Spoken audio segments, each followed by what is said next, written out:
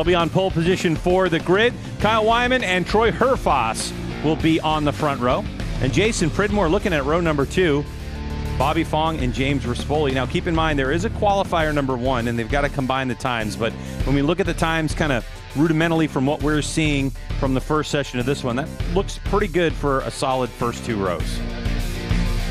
6 guys it's going to be the 6 guys, Greg, that are going to be rolling out of the pits here in a minute for this challenge race. Rocco just a little bit off behind Hayden Gillum, and then we got Ornsorg, and we saw Corey West. Corey must have done not quite better time. So, yeah, the Settlement bike's just a little bit off, like you said. You know, we had a press conference yesterday introducing the MotoGP folks to Mission King of the Baggers, and one of the things that Troy Herfoss said when asked about the difference between racing a superbike and Mission King of the Bagger was the rawness of it all. We talked about the amount of torque it has. We talked about the horsepower and the fact it doesn't have electronics. But what's really interesting to me, Jay, is if you look at the backgrounds of the top 6, as well as, you know, some of the other riders that are in here, flat track. You know, that old school flat track, that before electronics kind of racing style. Yeah. Because the hardest thing that I'm told about Mission King of the Baggers, it turns well, it brakes fine for a 620-pound motorcycle. Yeah. But the problem is getting the grip. Yeah. There's a combination of getting the bike tall enough so it doesn't drag stuff around, as well as getting it, like, you know, the angle. Right, but anyway, Tyler O'Hara sits on pole, and he's with Hannah right now. And that was certainly a flying lap for Tyler O'Hara. Tyler, take us through it. Yeah, I figured out that we had a big headwind going up into 1, a little bit of crosswind, so I could get up in there super deep, and was able to just go way past my brake marker. And once I got the bike sideways, able to scrub some speed, really. And we made some changes after practice and qualifying early this morning. My team is just working so awesome, relentlessly. S&S Cycle, this Indian Challenger backed by Progressive, Drag Specialties, Parts Unlimited, Mission Foods for getting us here. Everybody that supports us. Just been doing my homework. You know, it feels really good to be out here racing with MotoGP on a world stage, at an American track, on an American motorcycle. So pumped, all the fans out here. It's just, what an honor. It feels good. Just, it's always nice to be starting from the pole, especially here at the GP COTA. It's a great way to start. Starting from the pole, and not just 1, but 2 races tomorrow, guys. Yeah, it certainly is going to be some great race action tomorrow. But we have a little 3-lap race coming at you after this. It's a dash for cash. Mission Foods putting up the cash.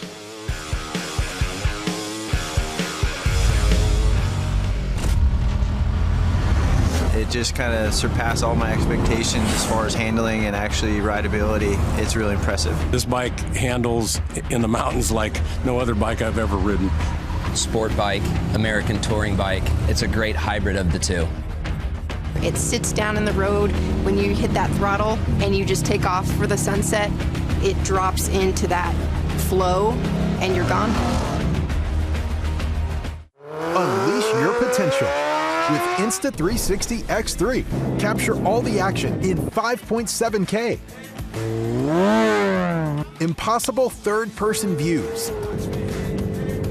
And epic 4K POVs.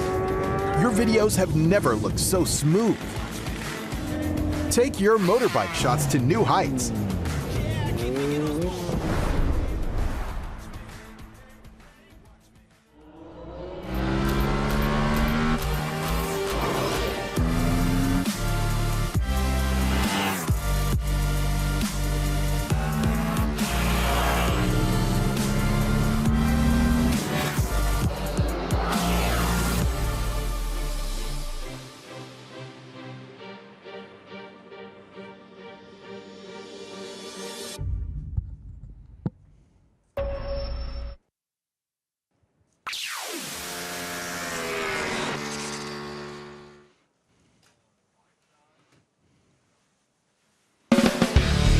Yeah, the wind is blowing here at Circuit of the Americas in Austin, Texas.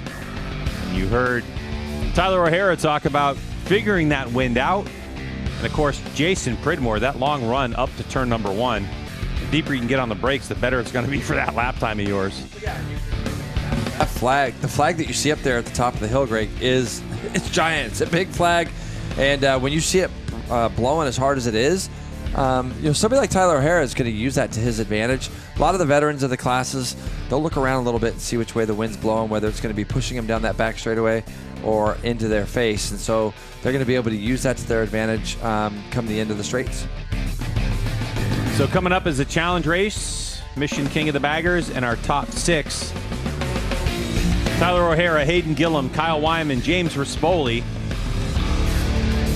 Bobby Fong, and Troy Herfoss, all in the mix for the Mission King of the Baggers here at MotoGP weekend, where already Jason Pridmore on a Friday, we've seen tons of motorcycle racing celebrities here. Yeah. Kenny Roberts, Yes. you heard of him before? I think I have. He's here. Kenny Jr.'s here. Who else do you know is here? John Kaczynski's here. I heard Scott Russell's here, which is great. Kevin Schwantz is here.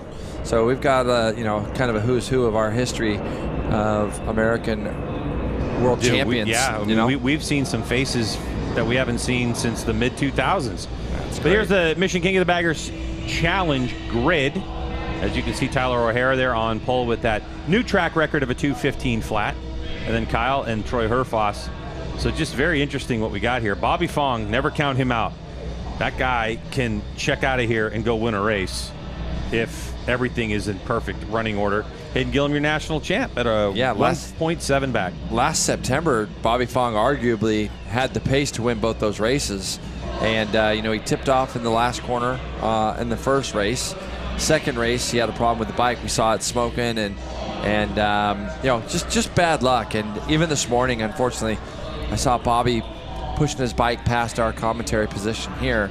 So it was good that he was able to get back out even for that session, get some laps on that Indian, and try to finish that off. And then for this race, Greg, there's just good old cash up for grabs. So these guys are going to be, it's a quick turnaround. They'll go in, get a tire put on, and they'll be rolling out of here any minute. Want to look at some highlights from qualifier, Jason? Let's do it. Let's have a look at it. And let me see here. This is Troy Herfoss, and he's coming up over the brow of the hill that actually has been repaved. If you remember before, Greg, there were some really big bumps through that turn. Talked to a couple of riders today, and they said it's definitely better than it was before. This guy put in some really fast laps. We saw him almost match his best time. More or less he did 2 laps in around the 2:15 flats.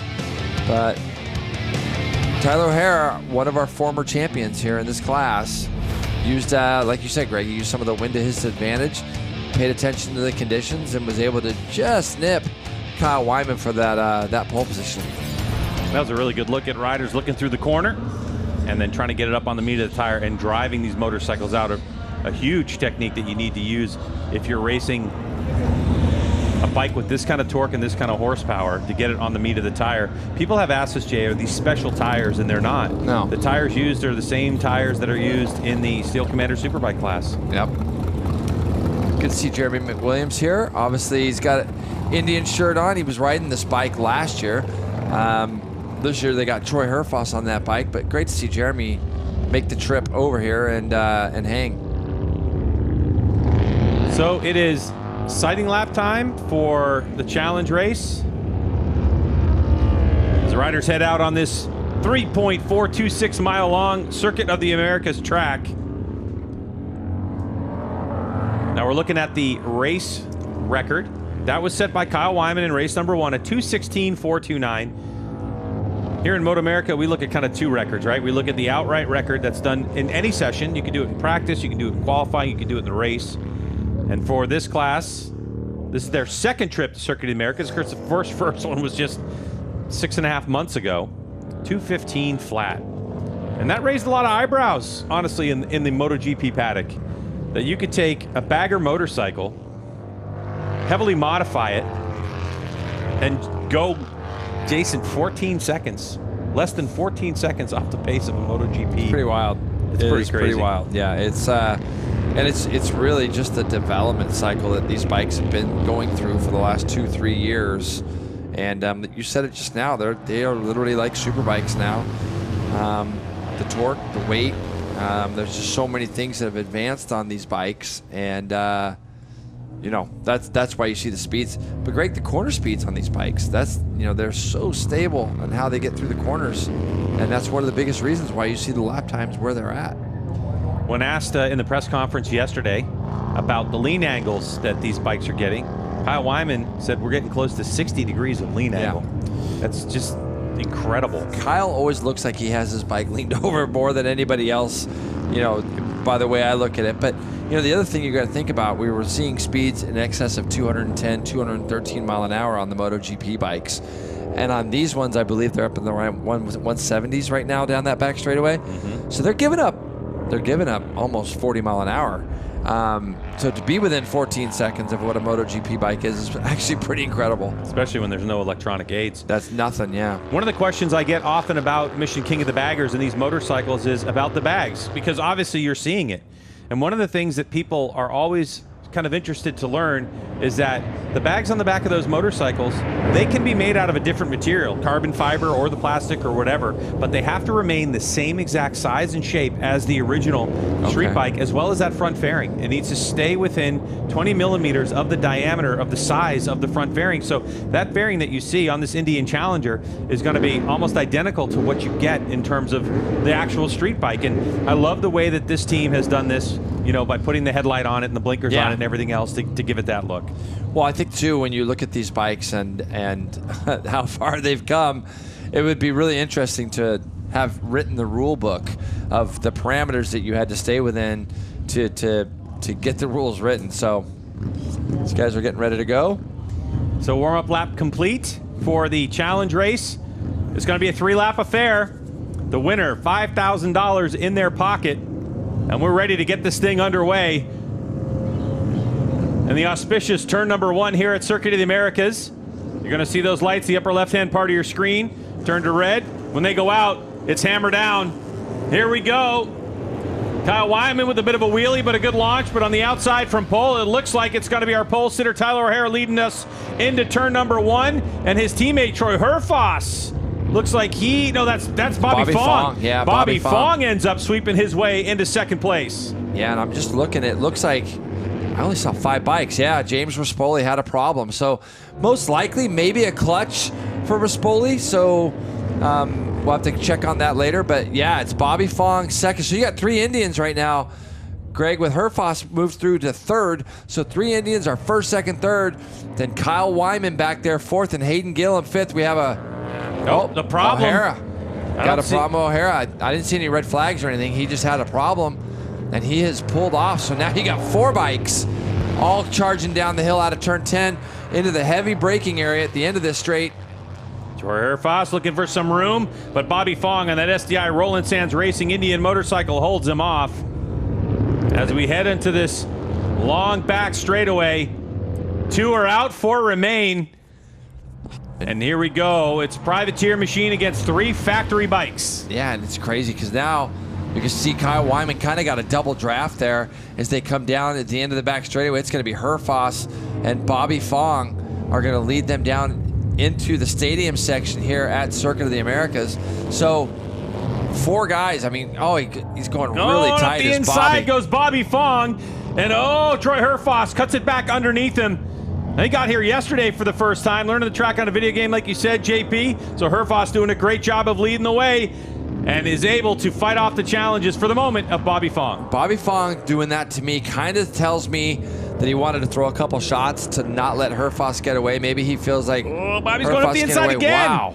Yeah, that's really interesting pass there because it looked like Herfoss had the speed to cover it, and Bobby Fong just rolled right underneath him. Bobby having a look around, too, when he went to full lean angle. Wyman up and out of the saddle, just spinning the thing sideways. Well, he's one of the few that gets out over the paint and gets out onto the paint. And that bike really shuffled around underneath him. And you can see Tyler O'Hara is still in the race back there in 5th. So I don't know exactly what happened to Tyler as he goes across the line. But Kyle Wyman jumps himself back up into 3rd, gets it. I tried to. Whoa! Herfoss, no contact with Wyman as he hits Bobby Fong. As Fong had nowhere to go as Herfoss parked him at the top of turn number 1. Wow. So these guys are battling hard right now. And Herfoss has just gotten away ever so slightly now. So it's going to be interesting to see if Kyle Wyman can do anything. So you're right. Herfoss gets up there, gets the bike stopped. Bobby's making the cutback. Kyle Wyman just tags the back of Bobby Fong's bagger.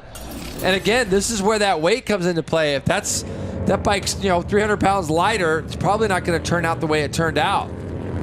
Long wheelbases for stability and 620 pounds of motorcycle, cut down from like 900 pounds as a street bike. Pretty incredible to see these race machines. So Bobby Fong starting to lose a little bit of pace. Kyle Wyman tries to get it turned and on the gas, but Fong is able to get by him again. So now it's up to Hayden Gillum, who we haven't talked a lot about, the number 1 plate on that Revzilla Motul Vance and Hines Harley-Davidson. That Road Glide is trying to reel in Herfoss. Boy, Troy Herfoss learned a lot about Daytona. He learned a lot about how to try to save the tire on this thing. He was so just abusing the rear tire, that Dunlop tire at Daytona. He said it was late in the race where he was really trying to figure it out. But with this challenge race only being 3 laps long, now with about a lap and a half to go, Herfoss has this thing just the way he wants it. But right now, Hayden Gillum needs Bobby Fong to kind of get up there, and they need to draft and pass to close the gap a little bit, as that's what happened when Kyle Wyman went up so tight into turn number 1 and made contact with Bobby Fong. That created this space. I mean, the biggest thing for Troy at Daytona was it was just all so new to him, and it almost seemed like the chicane, the run back down from the chicane is what really hurt Troy in a couple of the races there at Daytona. You can see Kyle's trying to carry a lot of roll speed through the middle of the corners and let the bike just run through the middle. That's why he's getting out so wide, and everybody else is just kind of getting in there a little bit tighter and firing the bikes out. So looking at the times, Greg, 2:15.4 that last time by Herfoss. So they're kind of in and around the times that they were at last year. And but faster. 15.4. 16.4 was the race record from Kyle Wyman in race 1 last year. So Troy Herfoss is a second faster. Not to mention, last year, Jay, the fastest lap was set by Kyle Wyman in qualifying at a 2:15.6. Right. And in a race, quicker. Herfoss pushing his own air goes 15.4. Yeah, and then we saw them do 15 flats just before this session. So we know that there's still a little bit of time out there, but Herfoss has put the hammer down now. The first split, he's pulled away even more. Everybody else behind him have done their personal best first splits, but Herfoss was still quicker. And you can hear bikes getting close to those rev limiters. Of course, there is a difference in RPM. The Harley-Davidson spins to 7,000 RPM. The Indian spins to 7,700 RPM. Different displacements on the motors as well, as Kyle Wyman, a little bit wide, lets Bobby Fong through into third place. But Troy Herfoss, who learned Circuit of the Americas from a video game, just kept doing lap after lap after lap, and is doing an outstanding job. These bikes coming in at 165 miles per hour on the back straightaway. Bobby Fong on his Indian coming in at that speed. So Troy Herfoss. Man, they're battling still back there for second. As you can see, Bobby Fong, he's able to get that Indian into these turns really tight, get the bike turned and stood up and shot out. He rolled up the inside of Hayden Gillum back there in that double right-hander. Look how tight he enters here, Greg. He gets in this big, long, sweeping right behind the pits. He gets in there really tight and still able to get the bike turned and upright and shoot it out. And you'll see his entry into there is even a little bit more narrow. But it's going to be all about this guy, the 17 of Troy Herfoss. Here he comes. 3-time Australian Superbike champ. New to the Moto America Series. Onto the front straightaway. And he will take his first victory in the challenge race for Mission King of the Baggers and bag himself $5,000. Great run for Troy. And also a good dress rehearsal for Fong, Gillum, and Wyman behind him. Jay, I'm not sure that Herfoss would have had quite the 2.8 second win had there not been the contact back there. Bobby Fong finishing these laps. They're going to take some great information back to his SDI Roland Sands Indian Motorcycle Racing team. They're going to get some good data, because that's what Bobby Fong knows, man. The corner speed's incredible on that bike. Really good. Bobby's got that bike, able to turn and do some things, and it's good to see him keep fighting. I mean, literally, it's a winner-take-all, I believe, in this. But Bobby kept fighting his way through the front, because you can never really, you're never really sure what's going to happen. And but Herfoss had things under control there for the last lap and a half, and these guys will take what they learned from today and then apply it to their 2 races tomorrow. But this guy's $5,000 richer.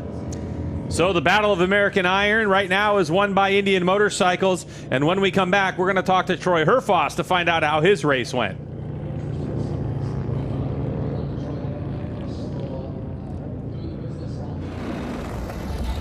I think the best way to experience nature is on a Harley-Davidson.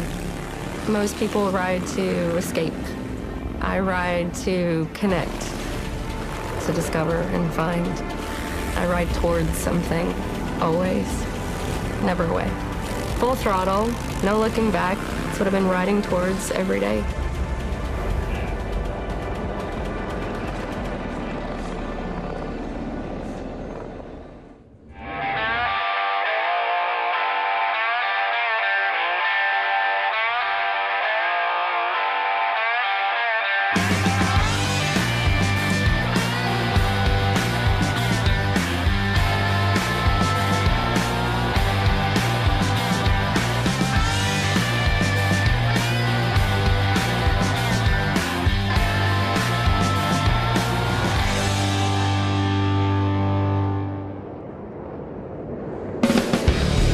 Back at Circuit of the Americas in Austin, Texas.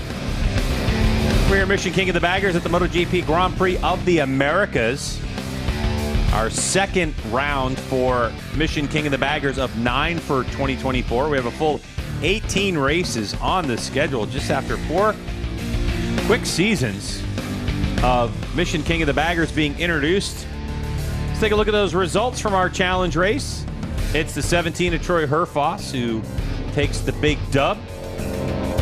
Bobby Fong in second place with Hayden Gillum. Kyle Wyman, Tyler O'Hara, and for James Rispoli. We'll have to find out, Jason, what happened to Rispoli on that one. It wouldn't surprise me if it was some type of a clutch confirmation of those results. And maybe even for Tyler as well. Yeah, I mean, 34 seconds back for him. There was some issue going on there.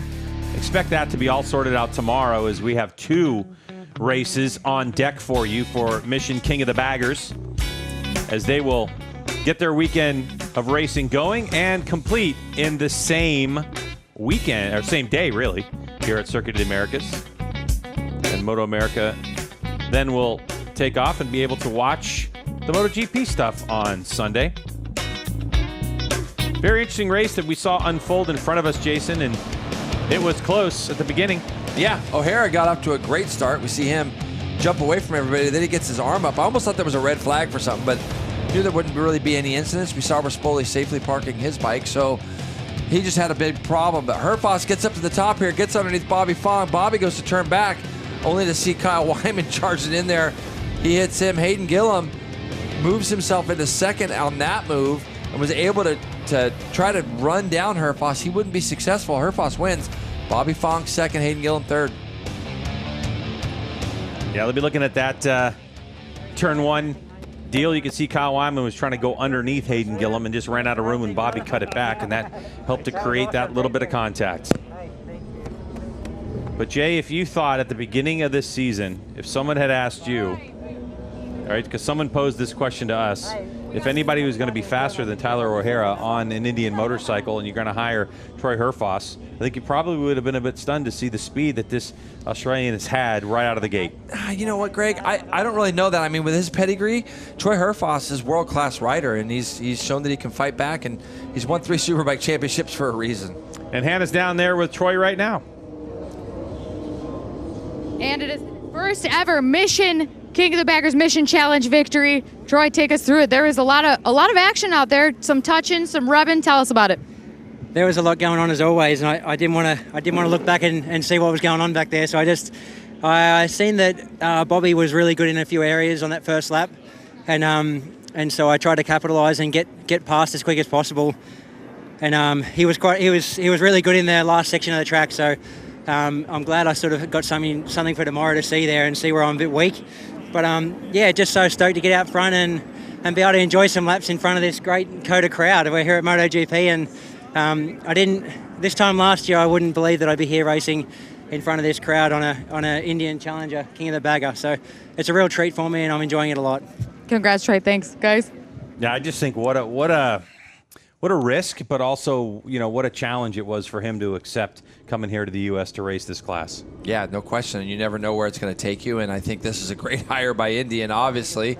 And, I talked to a few people. We've talked to a few people today in the paddock, and we know that this guy is going to be there for the championship all the way through the season, and he's going to be very difficult to beat. I think that he's got a great pedigree behind him. He's used to winning races, and the more comfortable he continues to get, especially on our tracks and with this bike, he's going to be right there.